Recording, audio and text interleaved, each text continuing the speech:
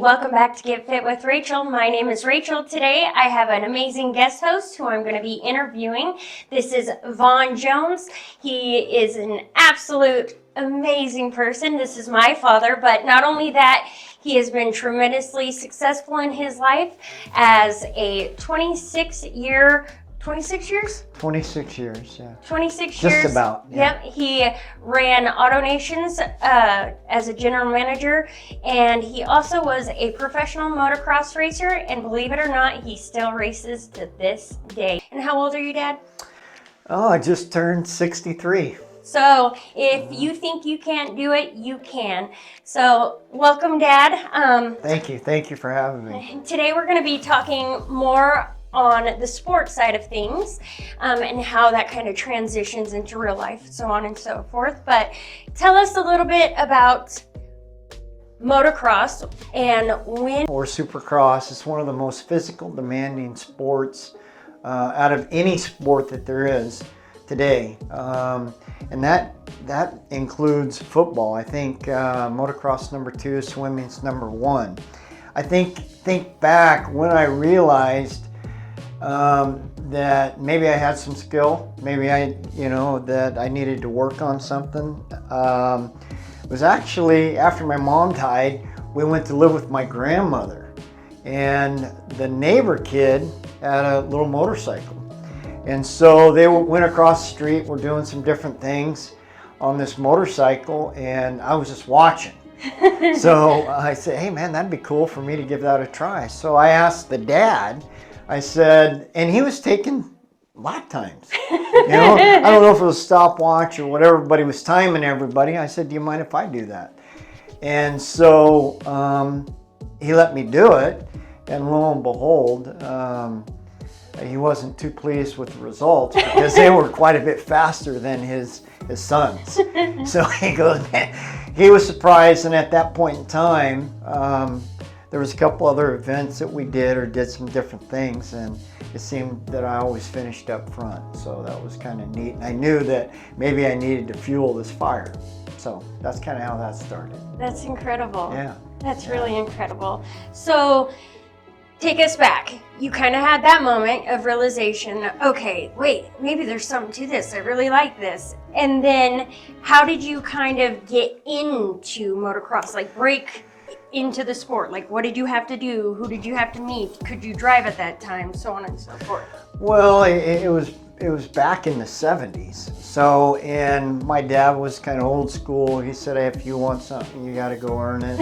And, you got to pay for it. So I got a paper out, started collecting cans, bottles, mowing yards, knocking on doors, door to door, to try to make a couple bucks. And before I knew it, I had about $700, $800. It was a little more than half at the time.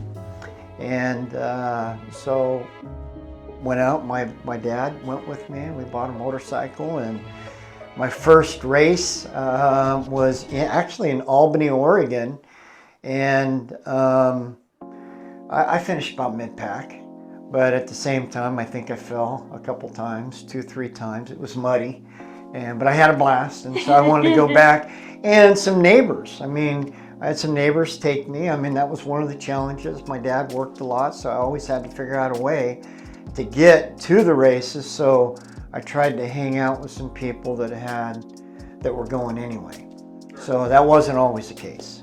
So the want was definitely there. Oh yeah, once it's in your blood. Yeah, it's a fever, right? Yeah. Okay, taking us forward a little bit. So now you've been racing for a while. Did somebody approach you and say, hey kid, like you can go pro? Or were you how did it come about when you realized, okay, I can go pro now? Well, that was back in the early 80s, and I had a pretty good working relationship matter of fact, here in Spokane. At the time, it was Sundance Toyota. Okay. And was that around this time? That was, yeah, right around that time.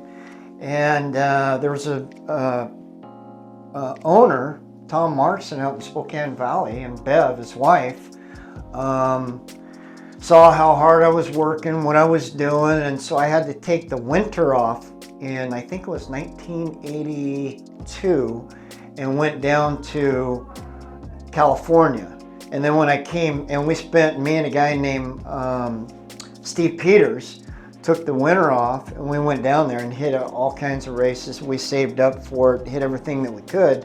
And when I came back, I was quite a bit faster. Oh, wow. So, and at that point in time, you know, I was probably, when you go from the amateurs, intermediate, you know, I was winning at the top. But then when you went to the pros, I was, you know, in the top, all depending on how many guys, I was in the top percentile, probably that 33%, but still not where I needed to be. And at that point, Yamaha wanted to know some of my results, so I started turning some of them in, and then I had to apply for what was called I applied for some support, and it came back that I got a factory support ride from Yamaha. Incredible. In 1983. 1983. Yeah. What was that feeling like? It was awesome. You know, I mean, when you think about it, you work a lifetime. Some people never get that type of support. And, you know, I wasn't full factory. I was just a factory support rider. So I got some bikes free. I got some parts allowance. I had a real Mike McAllister helped me out with clothing. So I got sponsored through O'Neill. But I never got any endorsements like I wanted. I had some other sponsors that would help me get from race to race. And of course, my dad still helped me out quite a bit at that time. Wow, that's just incredible. Yeah. So would you say in this sport, it definitely takes a team? Oh, absolutely. You can have all the skill in the world. You can be the fastest guy on the track. But if your machine doesn't last and you tweak it to a point where it can never finish a race, you got to be in it to win it. So in championships, consistency, if you got an off day, you got to realize it, and then you just got to, you know, ride to the checkered flag. And wherever you finish, you finish. You know, you hope to finish up front. You know, the checkered flag is what it's all about. Yeah. Who knows who second place is? So on that, okay, so you're doing good. You're starting to get support a team.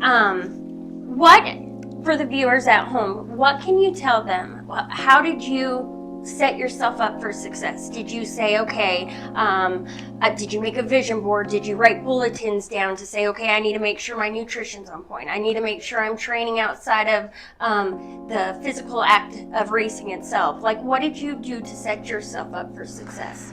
I think all the above. I think when I started to reach to the professional level, I knew that I had to be, my thought was that I was going to be in better condition than anybody else that I was going to ride against, because I wasn't the most talented, but I think I had the work ethic. You know, there would be work weeks that I'd have to work on my technique rather than work on my conditioning, because there were some guys that were a lot more skilled than me on a racetrack. So I knew that my nutrition had to be on point, and you know, we did follow a nutrition, and I rode, you know, minimum of probably 3 days a week, all depending on, you know, if we were traveling to a race or not. And then because I would train on the road too, so cardio. Really? You got to have your cardio in check.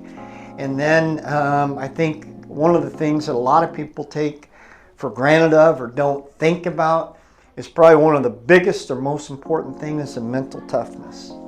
You have to be mentally prepared, because it is you know, you can get hurt.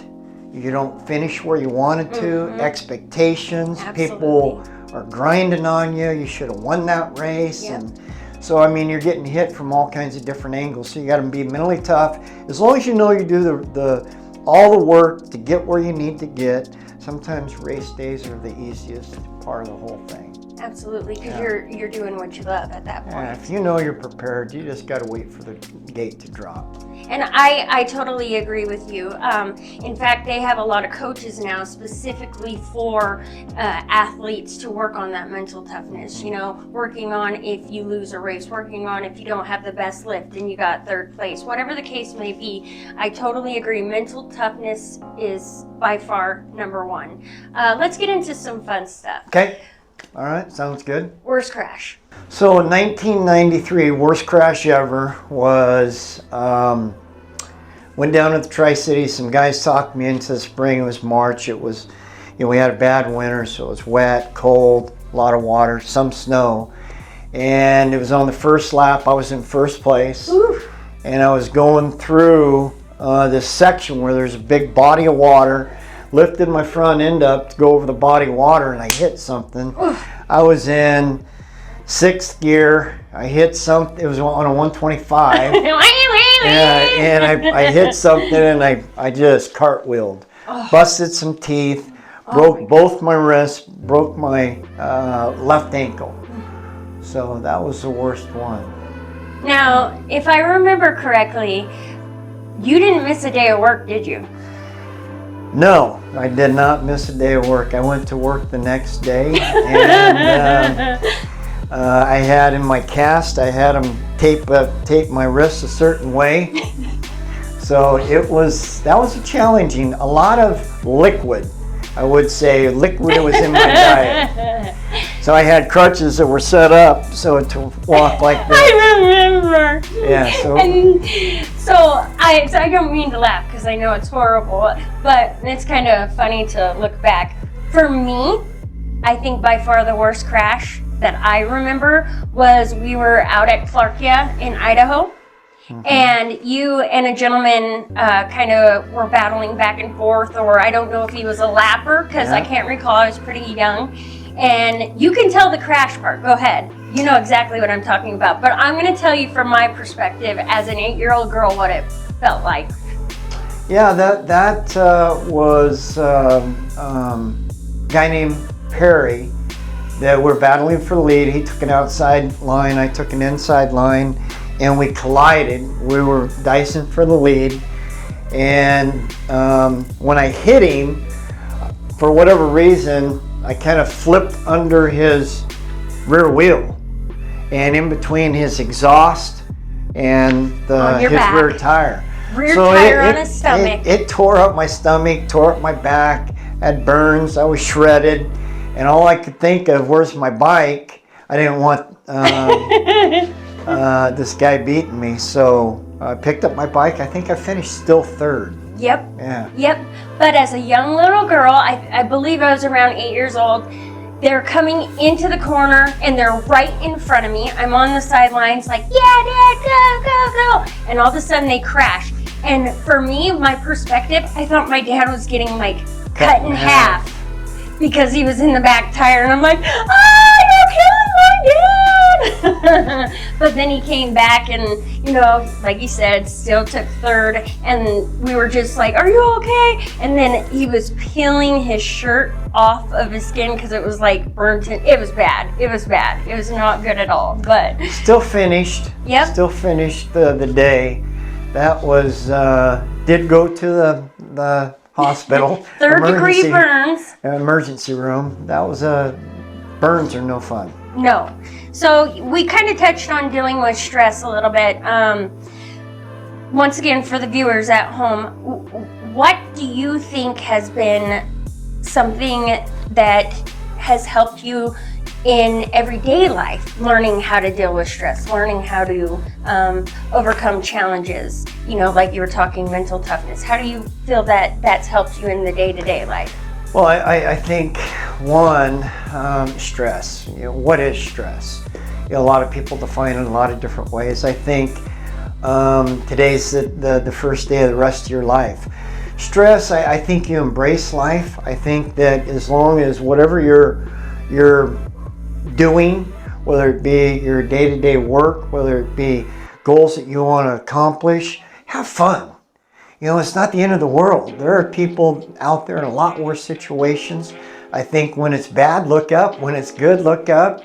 And I think that you got to keep it in perspective. It's not the end of the world. As long as you're having fun, you've put in the work, you did your best, you can put a smile on your face no matter where you end up in life. I mean, that's just the way it is. You got friends and family, and stress is an interesting thing. I think you smile, take one day at a time, and put stress in the rearview mirror. Absolutely. Yeah. Greatest strengths in the sport, and how you feel that that's helped you in everyday life as well. I think mental toughness, being prepared. I think being over-prepared. I think once you do your homework, mentally you're going to be tough. And when you're mentally tough, you can just about accomplish anything that you want to accomplish in life. As soon as I got done with racing, I took like a 7-year hiatus, and I applied the work ethic, the discipline, the responsibility, and I had a checklist, what do I want to accomplish, and I transferred all that over into my work environment to be number one, or to be the best that I could be. And therefore I climbed the corporate ladder, so to speak, and I had a lot of success doing what I did. Had a lot of failures. Whatever it is, I mean, in life you're gonna have disappointments. You're gonna have failures. You're gonna crash and burn. But it's not how hard you crash. It's not what kind of a roadblock you hit. You have to persevere. You have to get through it, and it'll make you stronger for it. Amen. Amen. Yeah. Seriously. Yeah. At least that's what I believe. So, kind of, you brought up a subject, kind of, climbing the corporate ladder. You have how many children? 2 girls, myself and my sister. How do you feel, for any viewers out there that maybe are kind of where you were, like having a young family and battling, like, should I race? Should I do this? Where do I go? What's the right thing to do? I think you fuel the fire in whatever makes your kids happy. I think, period, in the story, if they're happy playing a guitar, you fuel it. You give them all the best. You support them and give them the framework that they can be as successful as possible as they can. Understand, I think there's going to be hardships. You have to lay out the disappointments. But as long as they understand the work ethic, responsibility, doing the right thing, those things, you instill the right morals and principles, make sure that they're just a good person, and I think do the right thing, even though that may be the hardest thing to do. I think they'll live a good, prosperous life. I really do. There's going to be a lot of negative outside influences in life, but you just put your best foot forward and say no when you got to say no. I mean, I know it's kind of a coined phrase, but when you say no, I think you're going to be a better person for it. Yeah, I know I just want to say thank you. I feel that one of the greatest things that you've instilled into me is just drive. Like, if I want it, I don't care what it's going to take. I'm going to make it happen. I've learned, though, that along the way, you make sure that you do it in the right way, because sometimes you can get so one-track mind that you don't care who you're going to hurt, what you're going to do. I'm going to do it, damn it. And I've learned over time, even if you're trying to be a good person, sometimes that will happen. Yeah. So I've kind of learned that balance over time, but I definitely feel that's something you've instilled into me. So thank you for that. You're welcome. Been my pleasure. So real quick, when you see these, what emotions come up? Oh, memories. I mean, this is, I think, back to 1983. So you collect memories and experiences that are going to last you a lifetime. I mean, those were good years. I mean, and I can remember some times that weren't so fun, but at the same time, I think the good, outweighs the bad for sure. Awesome. Good times. Okay, so you still race today. What has changed? Obviously, you're older now, so has your nutrition changed? He still races, so like, how do you approach racing, making sure you stay healthy? I mean, it's got to be different now, right? Oh, absolutely. I mean, the recovery time. One, I don't race every weekend. I think that's one. I kind of pick and choose the different races that are going to have International Old Timers Association, different clubs. They cater to age groups, 40, 50, 60, 70, 80. Wow. That's one. I think nutrition's more important than ever now. I think the other thing is you still got to be mentally tough, keep it in check, but understand, put it in perspective. You're out there to have fun. You're still very dangerous, and you got to make sure you minimize your risks. Even if once again, you want to win. I don't think anybody ever loses that. We're hardwired to win. Right. So we want to win, but at the same time, it's about camaraderie, friendship, building relationships that are going to last a lifetime. But conditioning, moderate workouts. I still do some cardio, but my body, it takes long to recover. From a strength standpoint, it's pretty good, but your skeletal structure, your joints, you got to be mindful of those things and give them the right time to heal, because once again, you're out there just having fun. Right, absolutely.